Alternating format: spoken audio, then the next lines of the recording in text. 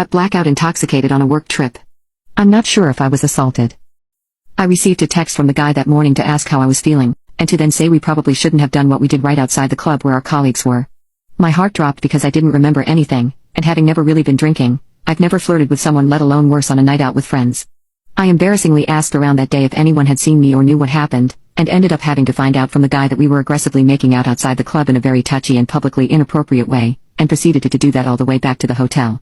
This route back to the hotel is silent, there's no people, and you can't really be seen. I don't know what happened here, but I know it took us longer to get back than it should have. When getting into the hotel, 2 women from the company were smoking outside and took me from him, took me to my room and made sure I was okay.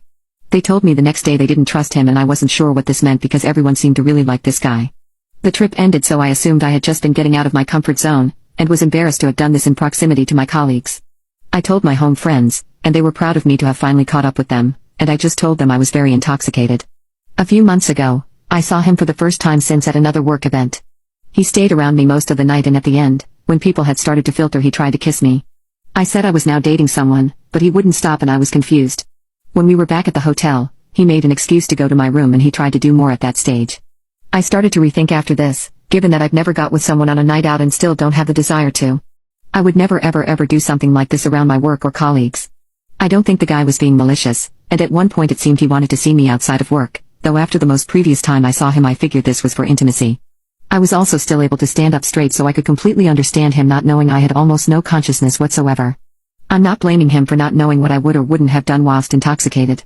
Ultimately, I was single and maybe appeared in control of myself. But I can't talk to anyone at work about this because I don't want anything to happen to him. I saw him 2 weeks ago at another work event, and I stayed completely away from him. He texted me at 3 a.m. and wanted to come to my hotel.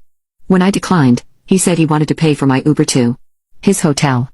I have tried to process this a number of times, but having blacked out previous experiences of assault, it became quite harrowing to keep trying to remember what happened. Even now, 8 months after this happened, I don't know how to make sense of it. Talking to my friends about this has also been hard. Initially I told the story as though I was agentic, spreading my wings after a 4-year relationship.